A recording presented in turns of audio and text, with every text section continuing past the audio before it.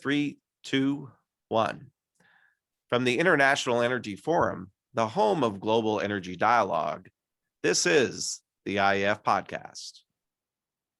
I'm Joe McMonigle, Secretary General of the International Energy Forum. Today's guest is Dan Yergin, respected authority in all things energy, Vice Chairman of IHS Markit, and a Pulitzer Prize-winning and best-selling author, including his new book, released last fall, called The New Map: Energy, Climate, and Clash of Nations. I've got it on digital and also, as you see, the hard copy as well. Dan also recently co-chaired the annual CERAWeek conference in March, which was the first ever virtual CERAWeek, and I think the first in 2 years since last year's was canceled due to the pandemic. Dan, it's an honor to have you join us. Welcome to the podcast. Well, thank you, Joe. Very glad to be here. I remember speaking at the inauguration of the International Energy Forum, and I know what an important role it really plays as the forum, as a centerpiece for global energy dialogue. So very happy to join you today to talk about the future of energy. Thanks. There's so many great topics to talk with you about. I've tried to boil them down to some that I think our listeners might find interesting. But first, I want to start with the new map, your great book. If you can give us maybe an overview for those who may not have read it or heard about it, that I think will also help set the map for the podcast conversation. I know this book also was published in the fall, but I'm sure you've been working on it for many months before the publication. So I'm wondering also, maybe give us a sense on how you view the last several months' journey on the new map. Well, thank you. I will say I worked on it for more than many months, but it was with the sense that we were coming to a great juncture in world energy. Things were really changing in dramatic ways. And I thought it became really, the new map was both a literal term, but also a metaphor for understanding this very different terrain and trying to provide a guide through it. And as events have unfolded, I really think that the new map is the book is really the map to what's unfolding in 2021, and trying to capture these basic forces of being at a great turning point in this global industry and in the world that depends upon it. So I guess the starting point was simply seeing how the map was changing. That suddenly, let's take the United States, importing 60% of its oil in 2008, now a country that is actually energy independent, which 8 presidents, and you can think back, Joe, to your own experience, called for energy independence. It seemed to never happen. And so the flows of energy have changed. The Middle East, Asia is much more important now as a market than in the past. We have different transportation links, but it's also the new map in terms of the relationship in how this term energy transition, which had kind of been just out there, has moved to the center of energy dialogue, as you know, at the IEF, and capturing that and saying, where's the world going? How do all of these different forces add up? And it's not only energy, but it's also geopolitics. And a central theme of this book, and I guess of my work, has been the constant interaction between energy and geopolitics. So that's all what I've tried to capture in the new map, and lay out the forces that are changing the world, and doing it in a narrative way that makes it interesting and lively for readers to explore with me. Well, it's so enjoyable. And the other thing I wanted to sort of get your sort of opening thoughts about was regarding CERAWeek. I mean, as I said in the intro, you just chaired your first virtual CERAWeek. I'm told there were 19,000 registered attendees, which is 3 times the normal attendance levels for in-person meetings. As someone who participates in a lot of webinars, let me say that is some big virtual meeting. I was one of those attendees and really got many insights from the proceedings. I mean, again, I've attended a lot of webinars and they're not all valuable, but every session that I attended, it was just so terrific. But I'm wondering, after you've had some time to reflect, what are some of the key takeaways for you from CERAWeek? But one of the specific ones was actually, this was like the first time the Biden administration met the oil and gas industry. And that in itself was pretty interesting, and what the kind of dialogue between the two and what the messages between the two were and how that interaction worked. But I think it was the focus on uh, energy transition. It was very interesting to see how different are the strategies among the major energy companies today, how the borders between the traditional sectors of the energy business are coming down between electricity and oil and gas companies. The emphasis on technology. We have part of the conference is called the Agora, which we had 90 sessions on new technologies. So all of those were very interesting. Obviously, the geopolitical questions.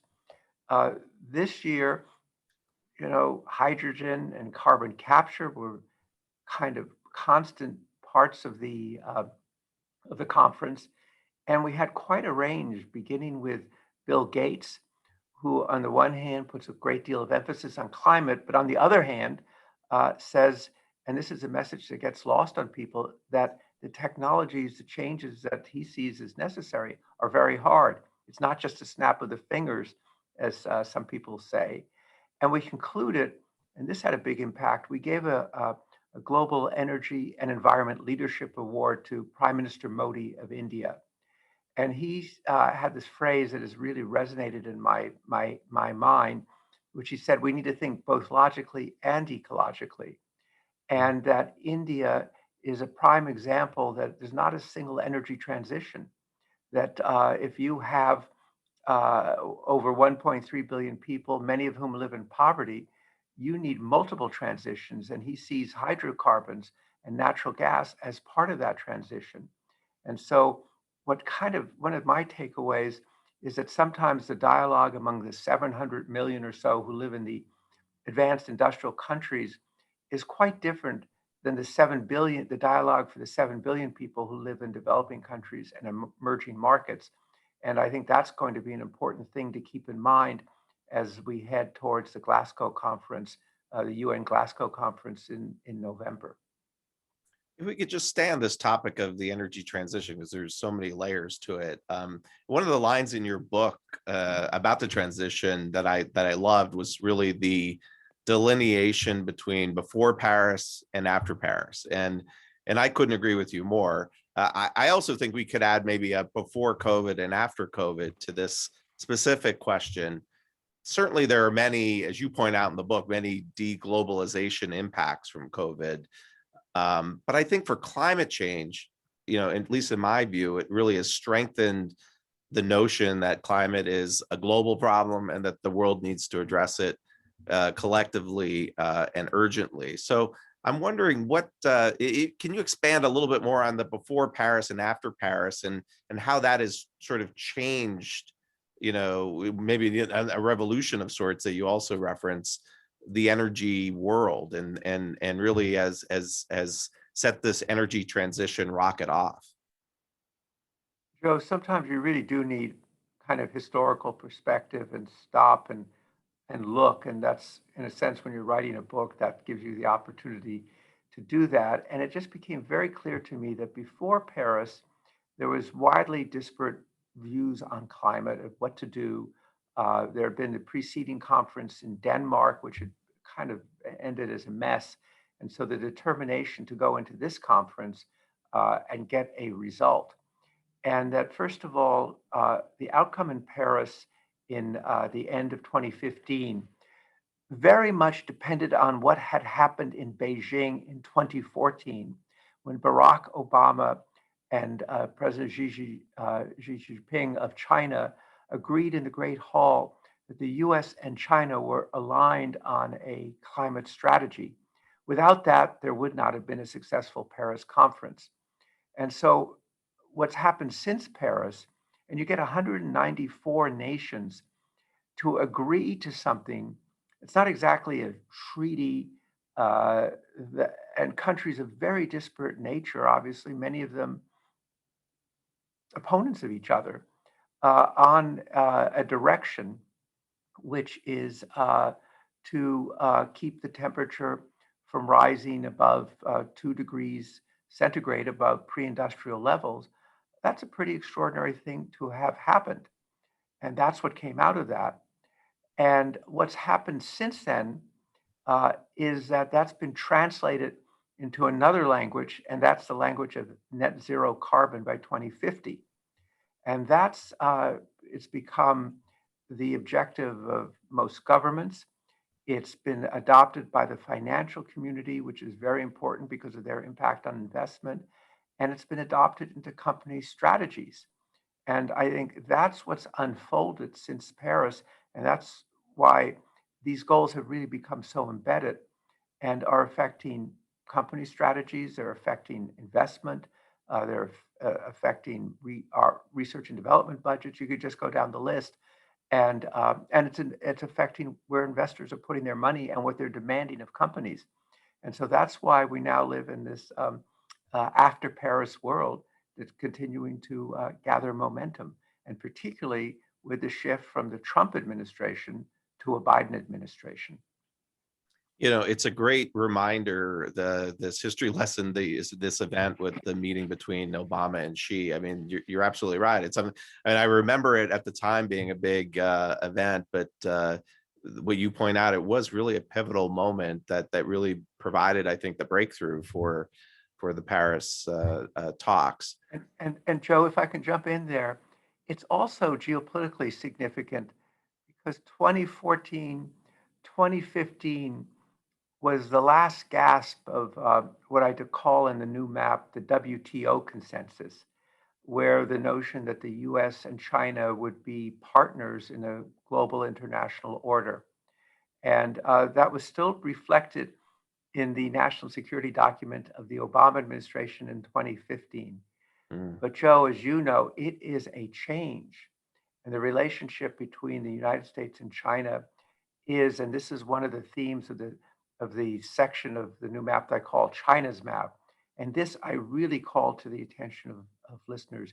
You really have to pay attention and look at this evolution in language and the evolution language, what it tells you about policy, because it's no longer this sense of cooperative participants in a common international order. The language in both countries has changed. And you know, Joe, in the United States now it's strategic rivalry, great power competition, where Joe Biden has said, China's eating our lunch. There's a very different atmosphere. And so climate is one of the areas where, these two countries can cooperate more directly. Uh, John Kerry, former Secretary of State, who's now the chief climate negotiator, the way he's phrased it is it can be compartmentalized and focus on climate. And we'll probably see that happen in Glasgow in November because Xi Jinping has set a goal of net zero carbon for China by 2060. But this issue, this geopolitical issue between the two countries, is something that everybody in the world has to understand because it is the most important geopolitical issue facing the world, and how it unfolds will be very significant for energy and really for everything else. Yeah. No, we may see actually some of that climate collaboration or compartmentalization at the April 22nd leader summit that the U.S. is hosting, that President Xi is attending. From the IEF standpoint, China is one of our key members. I mean, what people I don't think know about the IEF is it's producers and consumers from mainly IEA and OPEC, but then we've added all these other members, 70 member countries in total, and a lot of key unaligned countries like China and Russia and India and Argentina. So we actually are planning at the end of May a China IEF Energy Day to really walk through a lot of the 5-year energy plans and climate initiative commitments, and now potentially embarking on a ESG type of framework, potentially with the EU. So I think it should be a fascinating session. I'm looking forward to it. Joe, I think the IEF really, as the organization that can bring people together for dialogue on kind of issues of common concern, energy, and the issues around it. I mean, you have a really important role to play in a world that has gotten actually more complicated. Yeah, every day I'm reminded of that. You're right. uh, Staying on the transition topic, and something that you mentioned regarding the conversation with Gates, I want to get more in-depth thoughts from you on technology and innovation in terms of solutions to climate change. One of the things I like to point to, and when I talk about this issue, is the IEA technology report last year. I mean, the IEA puts out a lot of tremendous reports, but I thought this was one of the best reports they've done. And that technology report concluded that half of the world's emissions will need to be addressed by technologies that don't currently exist or not in commercialization. So for me at the IEF, one of the things we're trying to do is encourage more investment in clean and alternative energy research and development, not just by governments, but governments in particular, and also companies who we think play a unique role in terms of investment and the research and development side, but also in implementation and deployment regarding scale of any of these technologies. And of course, the new Biden infrastructure plan calls for quadrupling the clean tech R&D budget, and it's something I personally welcome, and encouraging other governments to do as well. And so, as you mentioned, innovation and technology was one of these topics you discussed in your opening session conversation with Bill Gates, which I thought was fascinating. And he's got a new book out that talks a lot about that. But tell us how you see technology and innovation fitting into the energy transition and addressing climate change. What I try and do in the new map is provide a context really for thinking about energy transitions. And I kind of go out on a limb. I put on a hat of economic historian and said, actually, the first energy transition happened in January of 1709 when a British English metal worker figured out that you could produce you could produce iron better with coal rather than wood. But energy transitions have historically taken a long time. We think of the 19th century as the century of coal. It wasn't until the end of the 19th century that coal actually became the number one energy resource.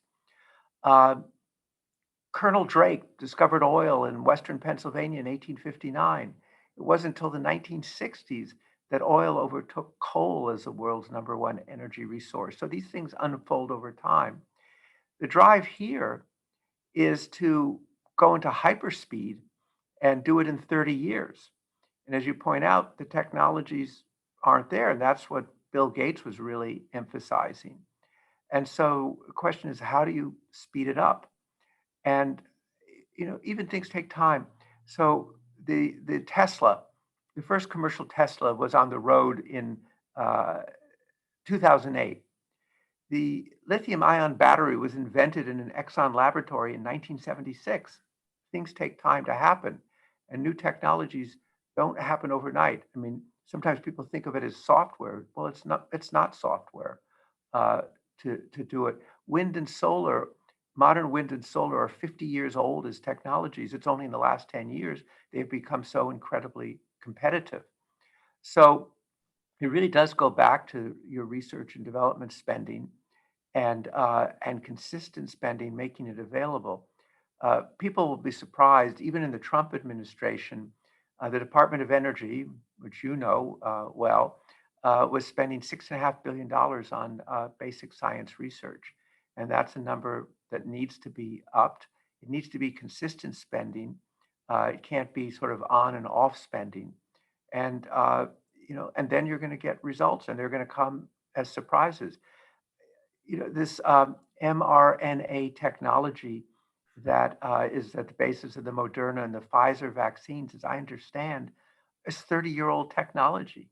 So Is things it? do take time to happen, and you have to put the resources there. And so the Biden administration and others putting the money into that will make a big difference, but it's not going to give overnight solutions. Just have to be realistic about it. Yeah, I totally agree with you too. It has to be sustained. It can't just be 1 year, coming out of the pandemic, some kind of recovery bill. It has to be a commitment over a certain period of time. So I'm totally on board with that, and that's something we're encouraging here at the IEF. You mentioned Tesla. Joe, that's a It- very good uh, topic for you guys to encourage and get a sense of transparency or parallelism, how different countries are doing it. Because obviously, in some countries, you don't have to do what you have to do in the US, which is you have to spend a lot of your time writing grant proposals right, and right. rather than at the laboratory bench and how to make it work more smoothly. So, that's a really good topic for you guys. Yeah, no, it's an important area, and as you point out, it's from the Gates interview or conversation that you had. I mean, it's not as easy as saying we're just going to do all this with wind and solar, or we're going to go off fossil fuels tomorrow. None of those are realistic, pathways forward. And Um, it also occurs to me, and this is one of the other things that I try and point out in the new map, which is people really think that, it's just about, let's say, gasoline or something like that. They don't realize that if you go into a hospital operating room, how much of it depends upon plastics. Or one of the other things that I point out, 20% of an electric car is plastic.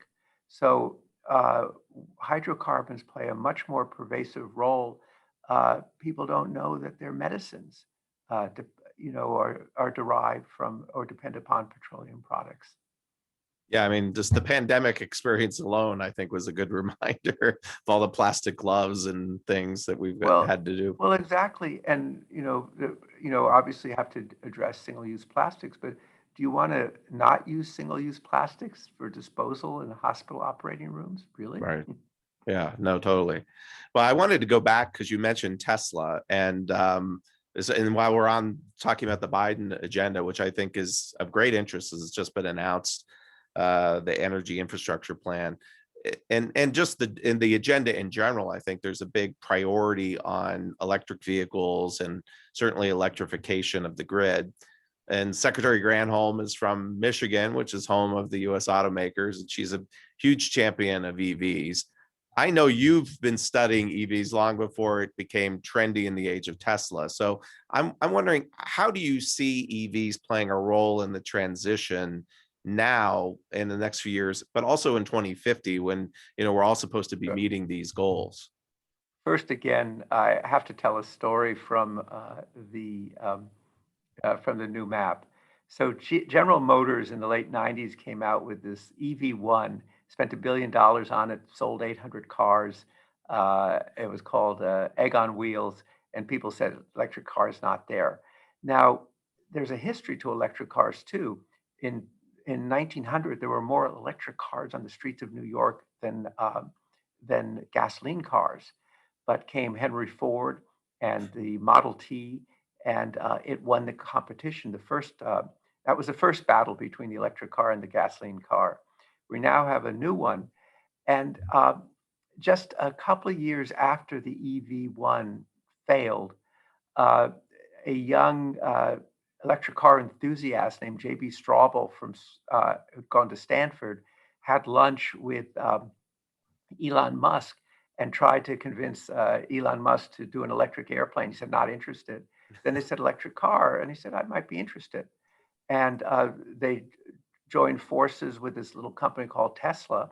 And of course, that's what you have today. But Elon Musk said a couple of years ago, he said, if it hadn't been for their lunch, there wouldn't have been a Tesla, which is just interesting to think about again, how innovation works. But it turned out the timing was right. And what you've gone is from a EV as a novelty to EV as a strategy. And General Motors now says they aspiration is not to produce any gasoline cars after 2035. California's banned the sale of them after 2035. Britain's trying to do 2030. Uh, uh, Volkswagen describes itself now as a software-driven mobility company. And you have the EU putting very heavy fines on companies. We're talking about up to maybe $40 billion if they don't shift over to EVs. So the pressure's there, uh, enormous, and they're easier cars to build. Um, I think people overestimate the impact of EVs on the overall CO2 budget because it's so vivid that you put gasoline into a car. But Volvo says by 2030. So, it's happening, and that's where the investment's going, and that's where government policy is going. And here comes the Biden administration all out for EVs. And if you read their document, Joe, it's very interesting because it's not only about climate, it also has this phrase in it that we want to, quote, win the EV market. And who do they want to win it against? China. So there is this sense of this geopolitical commercial competition as well. But it's coming into so the EVs are coming down the road. Last year, on a global basis, uh, about 3% of the cars sold were EVs, but that number is going to go up, and there are going to be dozens and dozens of models coming from the major automakers. Yeah, the competition thing is funny. Of course, you had the Super Bowl commercial, the "No Way Norway" Yeah. debate that happened that I thought was very clever, and certainly that Cadillac electric vehicle looks pretty sharp. So we'll have to see if we get the IEF to get our hands on one of those.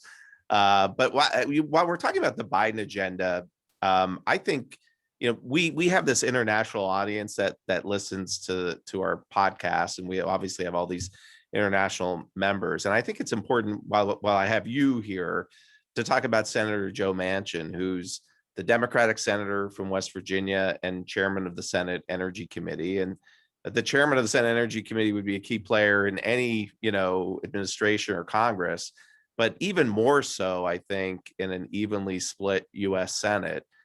So I'm wondering, for our international audience who might not understand the dynamics at play here, if you could sort of give us your views about Senator Manchin. I think you interviewed him also at CERAWeek. So I think you have a current view of his views on energy and the Biden agenda, and just let us know what you Well, I think think it and how goes, important he is to yeah, passing the Biden agenda. it goes beyond energy. As you say, the U.S. this election did not deliver a mandate to uh, to the very dramatic program that some want to pursue. The U.S. What it tells you is the U.S. is a pretty deeply divided country, and Senator Manchin, I've heard him described as the most important senator on the face of the earth because he, in a sense, is the deciding vote, and he comes from an energy state. He has made it clear that he's a very strong believer in bipartisanship, which means that for major policy, it's important that it have a broader support than just one side of the political spectrum. And a lot of his colleagues on the Democratic side don't share that. So he wants to, in a sense, feels governing differently. And he, you know, is not, he sees, basically, he wants a balance. Yes, energy transition, but at the same time, these are very important industries that now exist in the United States. And the energy transition is not tomorrow. But I think on a host of policies on this other issue that many of the listeners won't be familiar with, but this question of a filibuster, as it's called, which requires a 60 vote in the 100 person chamber, he seems to be saying we shouldn't eliminate it, while many of his colleagues want to eliminate it. And because he sees it as forcing the need for compromise. And the American political system works best when you have compromise. That's what the whole structure of that system was built for. So he will play a very key role and a very key role on policy. And I imagine there'll be a lot of pressure on him from a lot of directions, given how important his vote is. Yeah, I totally agree. We're hoping to get him on as a podcast guest soon because I think he's got a lot of interesting insights. But it would probably be a huge mistake and a lot of disappointed listeners if I didn't talk to you about oil markets. So I'd like to sort of switch gears now. 1 year ago, around this time, we saw oil prices go into negative territory and the world lost 10 million barrels of demand. Another way to look at it is, despite the global economic shutdown, the world still consumed 90 million barrels of oil. That really demonstrates its necessity to everyday life, and maybe the challenge, I think, to the energy transition here. It's in terms of press releases versus reality, in terms of goals and policies. So I'm wondering if you can just give us your thoughts on how you view the post-COVID recovery of oil markets. And again, I think my listeners would be very disappointed if I didn't ask you about oil prices and where you thought they might be at the end of the year. Okay. Uh, Always that question, yes, the oil price. I always say, with oil price, just tell me what GDP will be, and I'll tell you the oil price. Uh, because the oil price is really a derivative of other things. But it is true. What happened last April was, of course, unprecedented, like so many things that have happened with COVID, unprecedented. Uh, and what we really saw how world oil had changed, and it was now the big three. It was Saudi Arabia, it was Russia, and the United States that really together hammered out the deal that took oil out of that abyss into which it had fallen. You made a very important point, Joe, which is 90% of oil demand remained even during COVID. And secondly, here you have this huge global industry, highly interdependent, uh, involving technologies of every kind. The system really worked. Amazing that this industry adapted, even though people couldn't fly from one country to another, or there were limits on going out on oil platforms, whatever, or into the field. The industry continued to deliver all through the COVID crisis. Uh, but then once the price stabilized, it was stuck in what I found myself calling the COVID alley. On the one side was the virus. On the other side was the prospect of vaccines. And again, it's now taken for granted, but to get these vaccines done in less than a year is a pretty amazing thing, since normally vaccines would take 5 to 10 years. And the emergency program, warp speed, and so forth, and then to roll them out, pretty amazing. But so in February, we started, as the vaccines were deployed, to come out of a vaccine alley, and to find getting back to basically where the oil price was, more or less just before the pandemic started, which people forget where the oil price was, and back into a range that reflects kind of reality of markets, of recovering economies. So that was, by the way, another big theme of CERAWeek, was, with all the challenges of energy transition and everything, industries coming back, recoveries coming back, economies are coming back, and you've now had this stimulus money, $2.9 trillion in between December and February, March, just in the United States, about 13% of GDP, and a drive by the Biden administration for a hyper recovery. And we've already seen the recovery in China. So, and we've seen the pressures on the supply chains. So I think as we come out of this, we see the volumes recovering. I think unless the variants really deal a new blow to economies and recovery, 98, 99 million barrels a day of demand by sort of August is probably a reasonable thing to expect. Uh, Remember, it was 101 million barrels a day in 2019.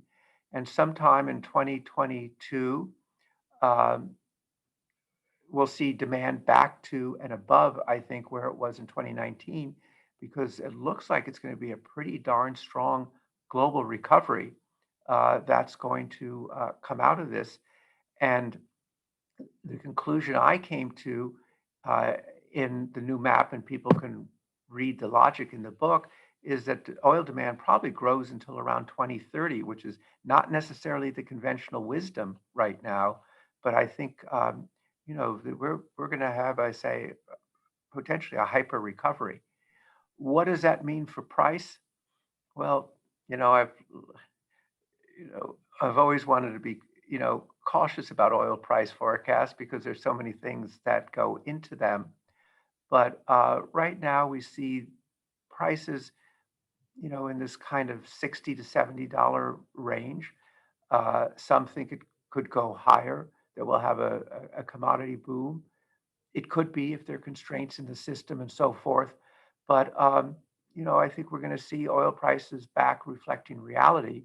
And that will raise a question, which is, of course, much on the mind of the IEF and its members. Is the investment going into the industry adequate for what will be required to meet demand in the future over the next several years? One part of the question is U.S. shale, which came from nowhere to make the U.S. the world's largest oil producer. U.S. production went down to about 11 million barrels a day from the high point of 13.1 million barrels a day in February, just as the pandemic was getting going last year. And I think our expectation at IHS Markit is that second half of the year, we start to see production going up again in the United States, but not in the way it was in those boom years, 1 million barrels a day, a much more modest recovery coming. And companies still being cautious, particularly public companies cautious about spending, because one of the requirements, whether you're a super major or a large independent, you have to give money back to shareholders. You need a new social contract, particularly for the independents with shareholders. And I think that's that's another aspect that's going to unfold and that we're already seeing. Well, there's so much to unpack there. You have my mind thinking here, but one thing to just talk in terms of oil demand and growth. One thing our chief economist here, Laila Ben Ali, has told us based on the various reports from EIA and OPEC that we've analyzed at our Outlook Symposium was that we agree that on the oil demand growth is going to continue long term, but even out to 2040. You basically are going to see maybe a plateau, but you're not going to see a cliff. A lot of people think there's going to be a cliff. There's probably not going to be a cliff, at least according to the current forecasting model. Well, so, Joe, let me jump in there because yeah, to go back to electric cars, the average car in the United States stays on the road for about 12 years. So even if General Motors stops selling cars that are gasoline powered, you're still going to have, maybe 2050, maybe we'll have a bigger automobile fleet, and it's possible that half of them will still be gasoline fueled. So, wow. it's not a cliff. It's a declining plateau whenever that moment of peak demand happens. Yeah. So that's And why, and by the way, that's why you talked about technology before. Carbon capture has to be such an important part of the research agenda.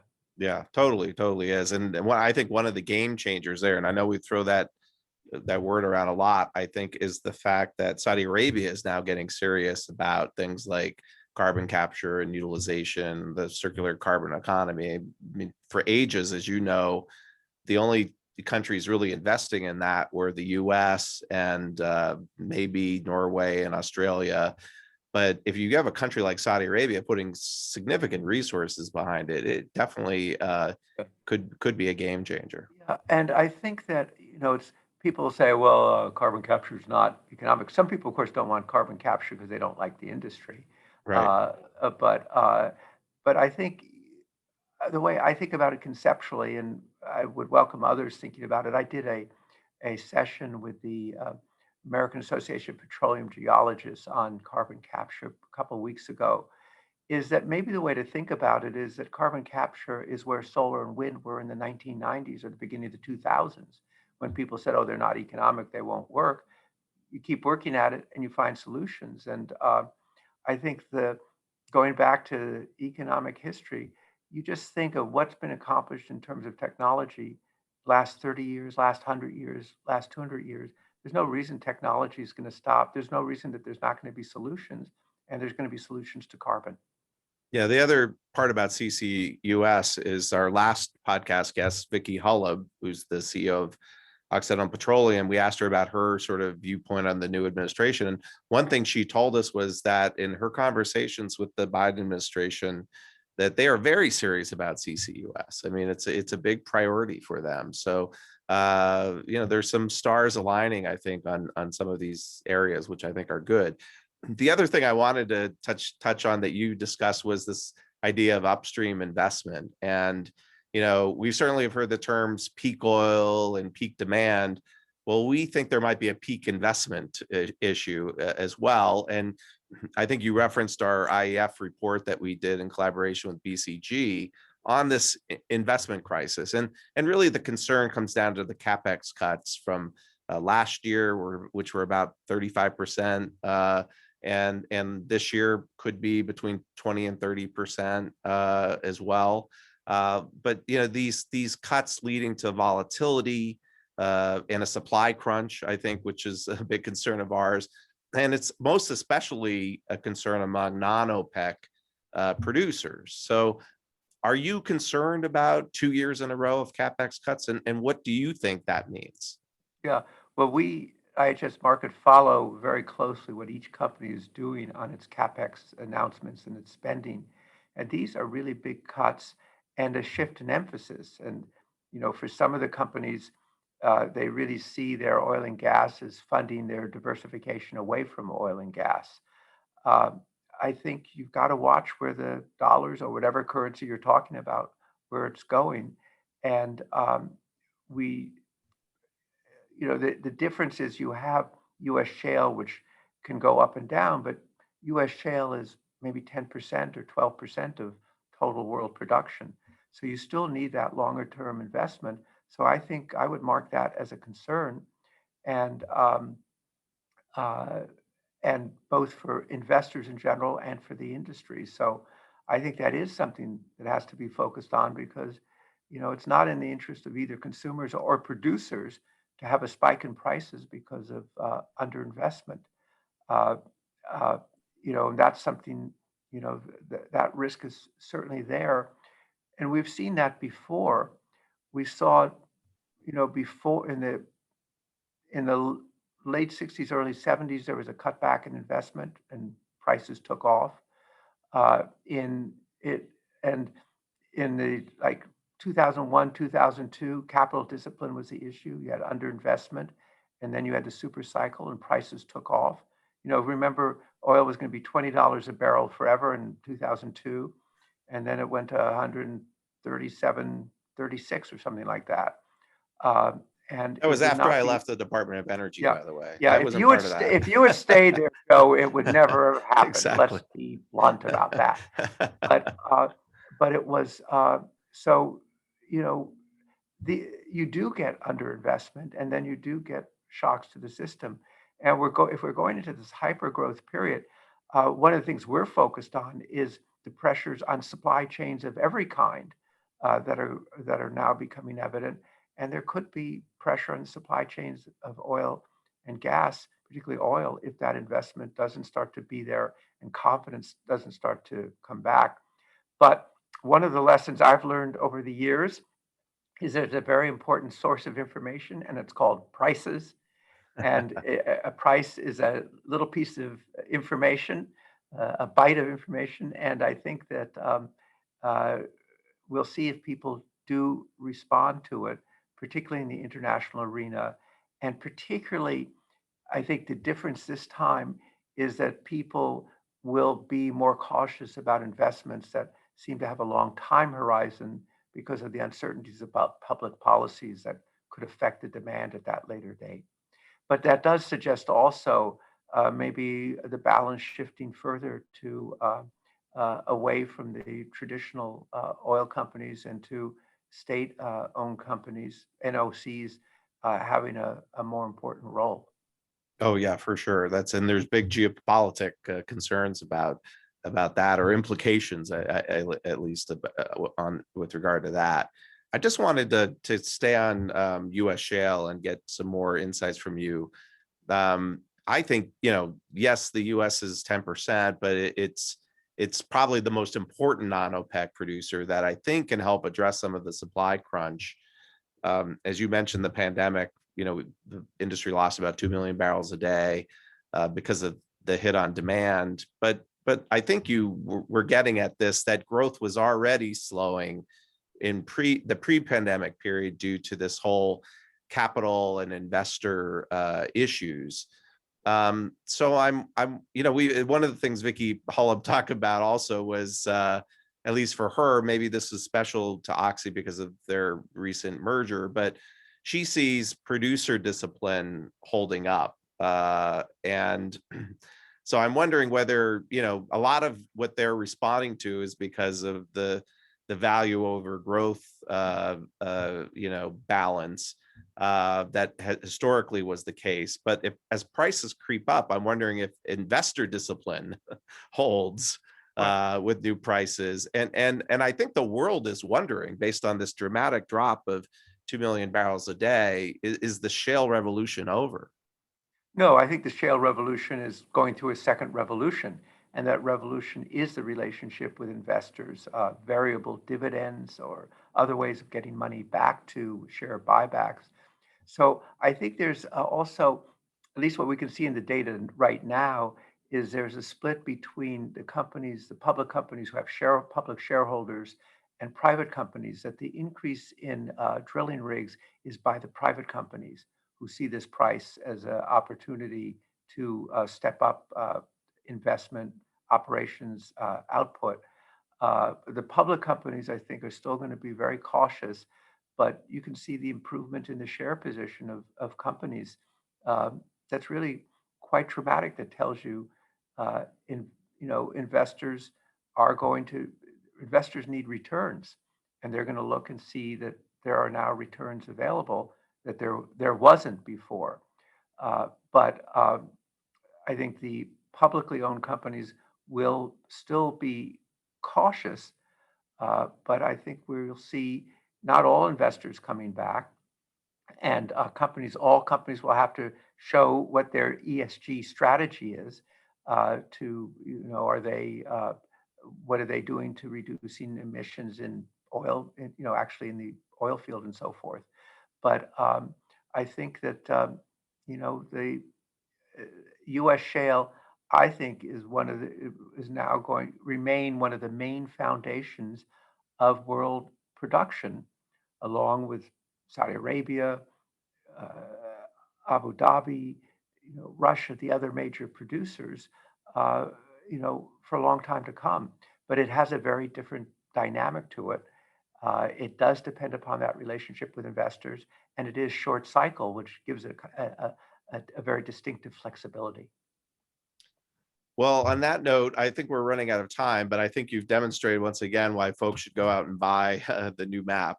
Some incredible insights and perspectives that actually you saw a year ahead of the publication date. So, Dan, I want to thank you for joining us today and sharing your views and perspectives, and to everybody listening today.